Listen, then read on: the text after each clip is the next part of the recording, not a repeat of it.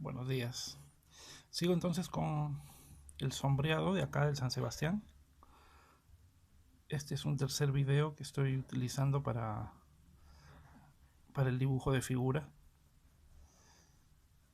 Puedes revisar si deseas los videos iniciales desde el papel en blanco, por si tienes alguna consulta.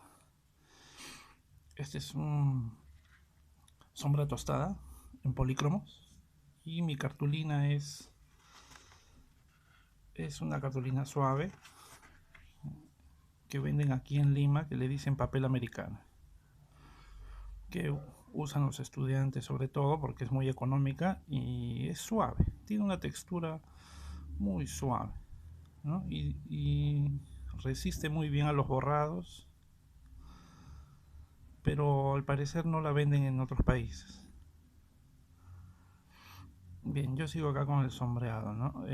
Termino por partes y otras partes sí las estoy dejando para hacer la demo programada del día de hoy, ¿no?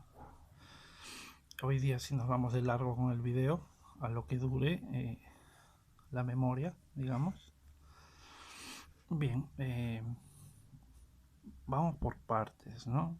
Es decir, voy haciendo un acabado, sobre todo de las partes más interesantes, progresivamente, y voy limpiando el contraste y las líneas progresivamente.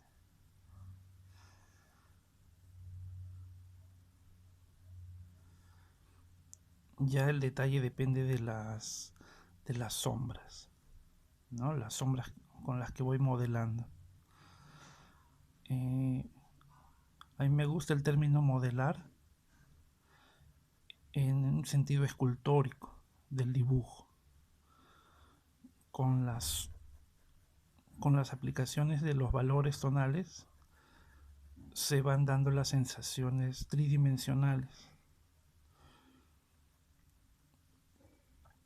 En este caso en específico, Miguel Ángel, al ser un gran escultor, cuando él usa el lápiz, más parece que estuviera usando un cincel. Él explica perfectamente los relieves. No le importaba nada. Lo principal para él era la forma y la fuerza. Si tenía que poner más volumen en ciertas partes de manera agresiva o brutal, como decimos, lo hacía, ¿no? Para que se entienda perfectamente la forma eh, con un carácter monumental. Bien, esta parte es muy oscura, ¿no? Es el cabello, los rizos fuertes. Y miren cómo pone acá el cuello, ¿no? El cuello es enorme.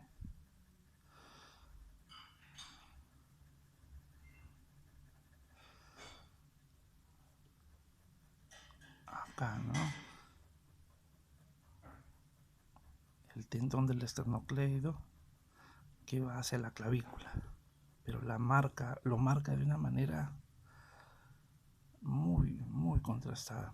Ocurre algo en Miguel Ángel cuando intentamos copiarlo desde un punto de vista académico. Cuando intentamos copiarlo nos queda un dibujo débil. Entonces lo que lo que tenemos que revisar en todo momento es la potencia. Por ejemplo, acá o en el brazo. Veamos el brazo. El brazo tiene una serie de curvas muy definidas. Yo puedo intentarlas con el encajado, pero cuando lo veo de lejos resulta que es insuficiente muchas veces. Se necesita remarcar y hasta podría decirse exagerar las, las curvas de esta manera. Curva, curva. Para conseguir esa misma fuerza. ¿Se dan cuenta?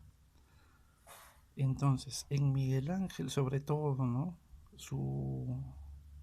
La potencia de sus figuras esté dada en esa exageración.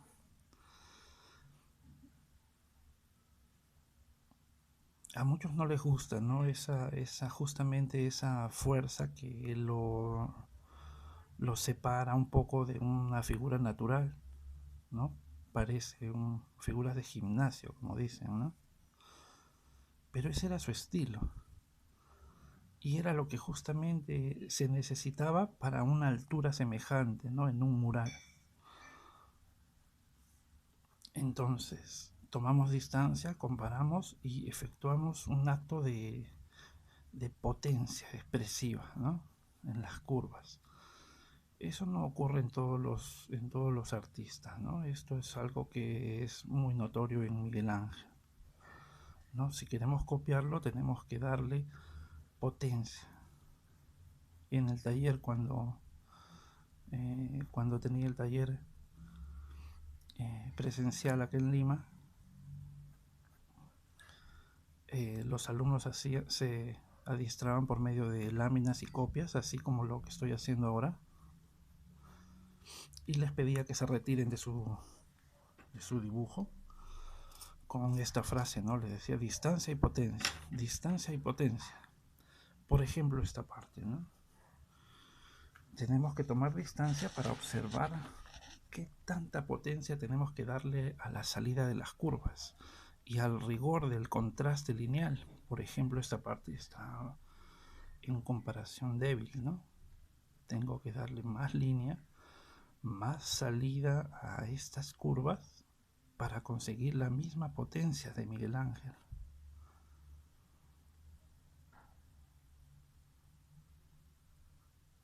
Poco a poco, ¿no? Y compararlo. Acá, por ejemplo, este contraste del esternocleido en su borde externo es mucho más fuerte. Tratemos de guardar los contrastes finales, esa potencia final, progresivamente la vamos colocando, ¿no? El ajuste, el acento. Acá, por ejemplo, como Miguel Ángel ha puesto una línea ahí de separación del brazo y el antebrazo, ¿no? Y acá las sombras ya tienen una fuerza mucho mayor. Bien, vamos con la pierna, la rodilla, ¿no? Vamos a ver cómo poder acercar esto.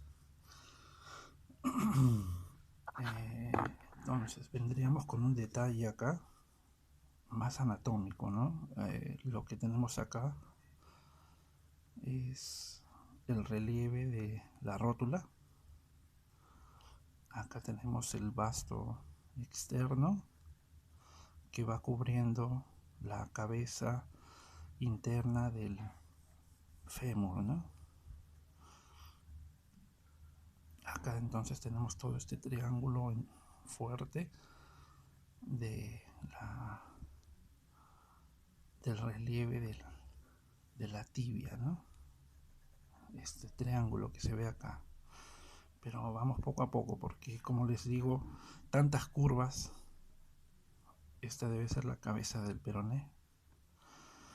Las curvas son muy fuertes, ¿no? Entonces hagámoslas de manera que sí nos queden muy similares.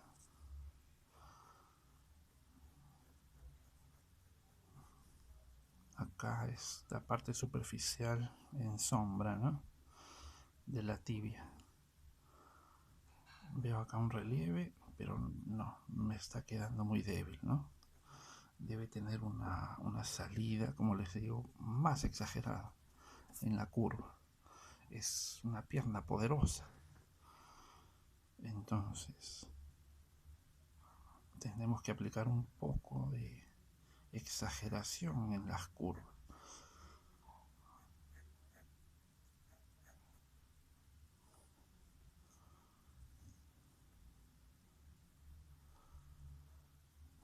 Ahí. Acá hay una curva. y sale una curva del gemelo por detrás, ¿no? Entonces, primero siempre será colocar las líneas, disponer las líneas, unas líneas que sostengan bien todo el sistema de sombras posterior. Acá el gemelo o el gastrocnemio, y por debajo también el sóleo, pero es una curva mucho más fuerte, así.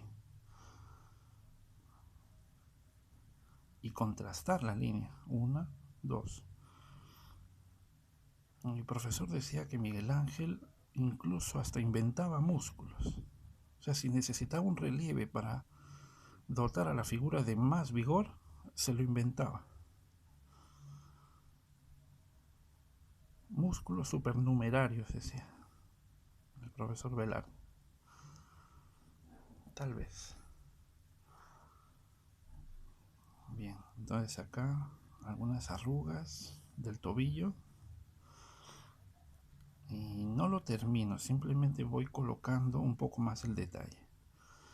Acá ya todo el sector de aductores.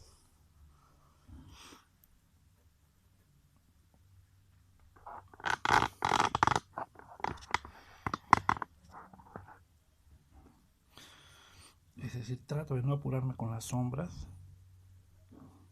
Simplemente voy colocando los contrastes que yo necesite para después colocar las sombras en su sitio. Acá calculo bien la salida de la curva. Es un poco más llana. Limita con una tela fuerte ahí.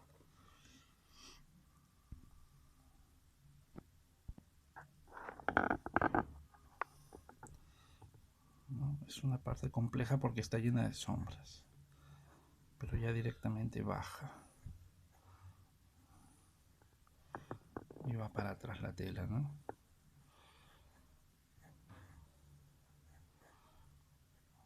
Bien, separación de luz y sombra entonces.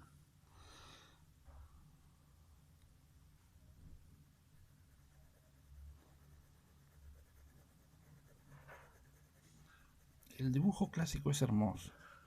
Se ha dejado de practicar muchísimo por el advenimiento de la fotografía y el hiperrealismo. No tiene nada de malo, ¿no? Si tú, podría decirse, si tu corazón te lleva por el hiperrealismo o el fotorrealismo, no tiene nada de malo. Pero hay unas calidades que se van perdiendo por el desconocimiento del dibujo clásico, ¿no? En ocasiones algún muchacho me ha dicho que para qué enseño ese tipo de dibujo si ya eso todo ha sido superado. Superado, me dicen, ¿no? Le digo, pero defíneme superado. ¿Qué cosa es superado? Superado se supone que es que ahora se hace mejor. Pero inmediatamente cuando comparas un dibujo fotográfico, no tiene la misma sensación de fuerza que tiene un dibujo antiguo. Es decir, como elemento de dibujo, no lo ha superado. El dibujo sigue siendo el mismo. Copiar una fotografía no es dibujar bien, es solo copiar una fotografía.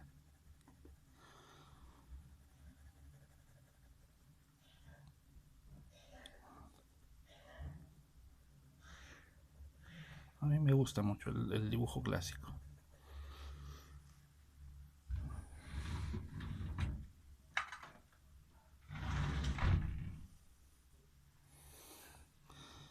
Encuentro que tiene mucha vitalidad, más que una fotografía dibujada, ¿no?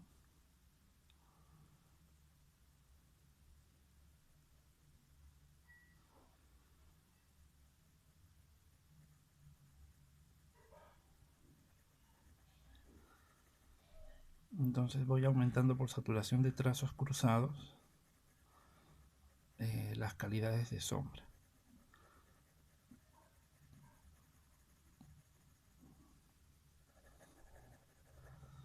tratando de separar la luz y la sombra, ¿no? Veámoslo ahora un poco así en conjunto. Todo este sector es de sombra, o sea, no hay una diferenciación muy grande. Para que no se sienta el trazo hay que cruzar progresivamente las tramas, ¿no? Esto es un sentido de las tramas y ahora cambio el ángulo y lo cruzo para el otro lado. Entonces lo que vamos a obtener es una sensación de amplitud y transparencia de las sombras sin necesidad de ver cada uno de los trazos, ¿no? Lo que va a ser notorio entonces son las líneas orgánicas que pusimos inicialmente.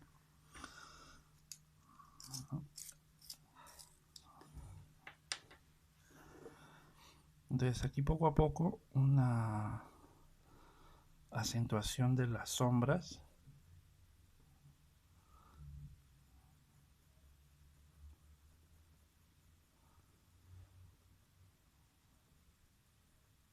con la estructura que hicimos lineal, ¿no?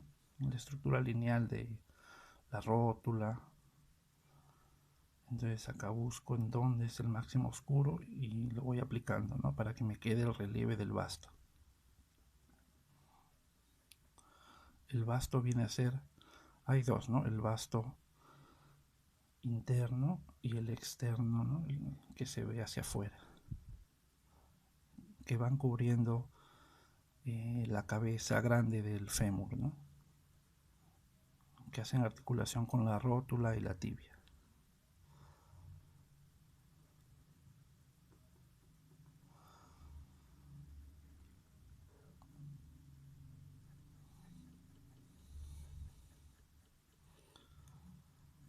Lo difícil es copiar un dibujo de Miguel Ángel. Esta es una pintura, entonces los valores tonales y la calidad misma de la ejecución es más amable, ¿no? Es decir, a ver, trabajemos en conjunto, ¿no? Me está quedando un poco plano el brazo.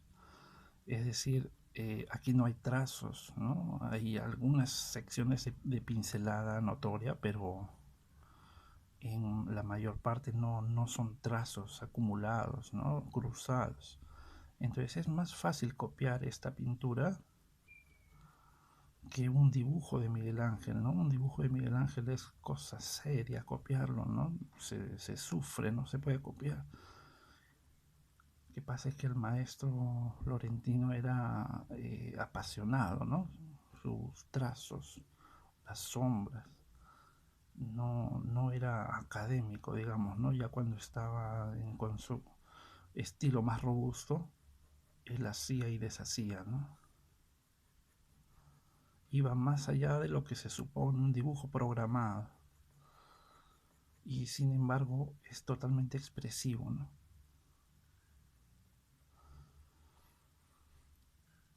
A lo que me refiero es que si intentas abordar a Miguel Ángel desde un punto de vista delicado, no te va a salir. No te va a salir, ¿no? Es como una interpretación musical, ¿no? Tienes que actuar incluso.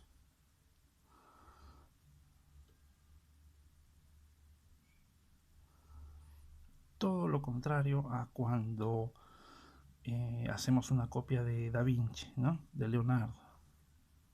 Acá potencia en las curvas. Leonardo inventa la técnica del esfumato, buscando justamente el efecto dulce y suave de la atmósfera, ¿no? Del aire que envuelve las figuras. Ese tipo de cosas a Miguel Ángel no le interesaban, él iba por otro lado, él iba hacia la expresión de la forma, y ambos estilos generan una escuela, ¿no? Una escuela, cada maestro tenía sus discípulos, cada discípulo, cada discípulo iba a formar a otras generaciones posteriores, ¿no? Hubieron algunos como los Carracci que hicieron una academia en donde mezclaban los estilos. Ya eran tiempos del del manierismo, como le dicen, ¿no? En donde encontremos sombras fuertes, podemos marcar un poco el contorno nuevamente para no perder el rigor. Marcamos el límite del contorno, me refiero, y procedemos nuevamente con un bloque de sombra, ¿no?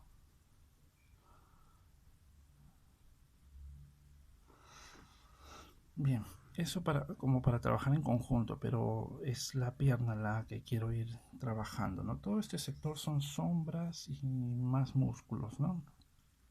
Entonces, detallemos un poco más acá, ¿no? Siempre ya a manera de óvalos, ¿no? Son relieves bastante esféricos y la manera de ir consiguiendo los tonos suaves es acariciar el papel, acariciar la cartulina, no agredirla con como si fuera un puñal el lápiz, ¿no? Lo que hago es tajarlo. Tengo un tajador, perdón, chico, para tener siempre la punta fina y poder hacer trazos suaves y firmes a la vez, ¿no?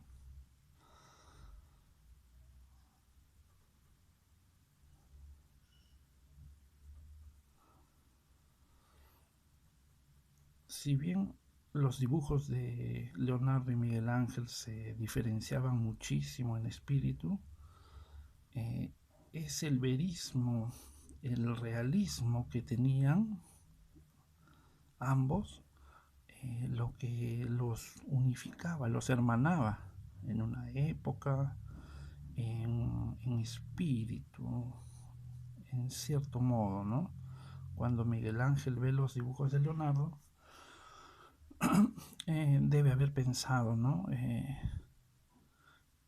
Nunca he visto, nunca he visto un realismo tan poderoso solo en mis dibujos.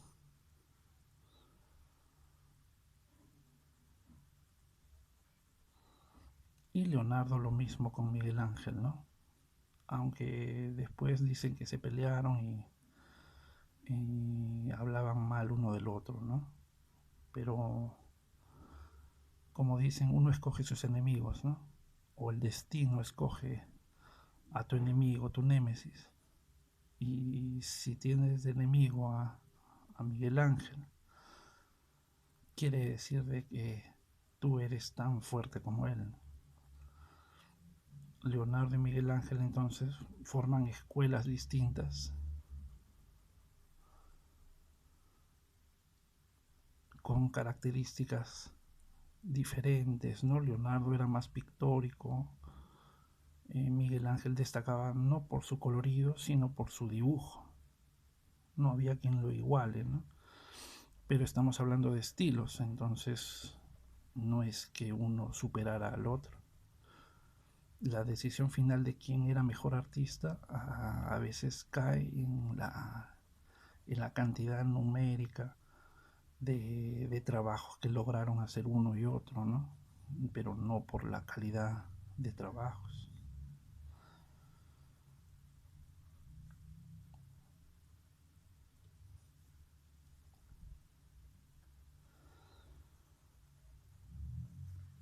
Bien, acá entonces la sombra, tengo que trabajar en conjunto, ¿no?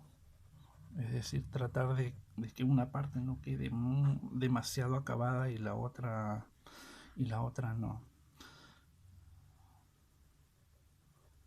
En lo posible, ¿no? Lo que pasa es que como es una demo grabada, trato de explicar ciertas partes, ¿no? Partes del proceso.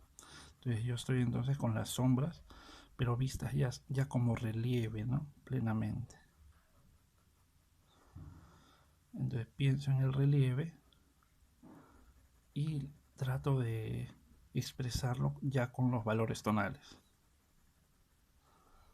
Y lo que hago es cruzar el trazo, pero estos ya son trazos pequeñitos, ¿no?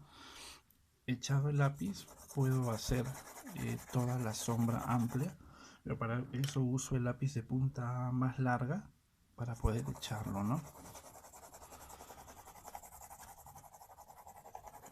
para la punta larga uso este tajador de acá, ¿no? Este tajador uso de manivela para la punta larga, y para la punta corta ya uso un tajador normal, ¿no? Que lo que va a hacer es darme una punta de lápiz mucho más fina. Bien, acá me está quedando plana esa parte en sombra, pero sí tiene líneas, ¿no? Es decir, de repente ahí se contrasta mucho, no se ve,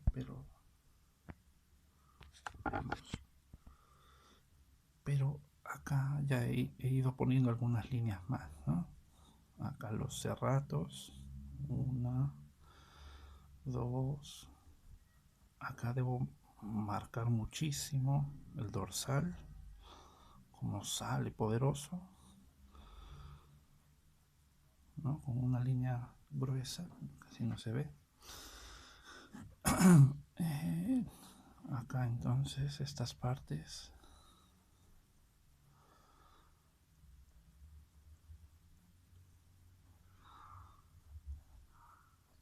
aquí es la zona del ombligo, ¿no? Con líneas firmes orgánicas. Acá es el recto del abdomen, acá el borde inferior del esternón,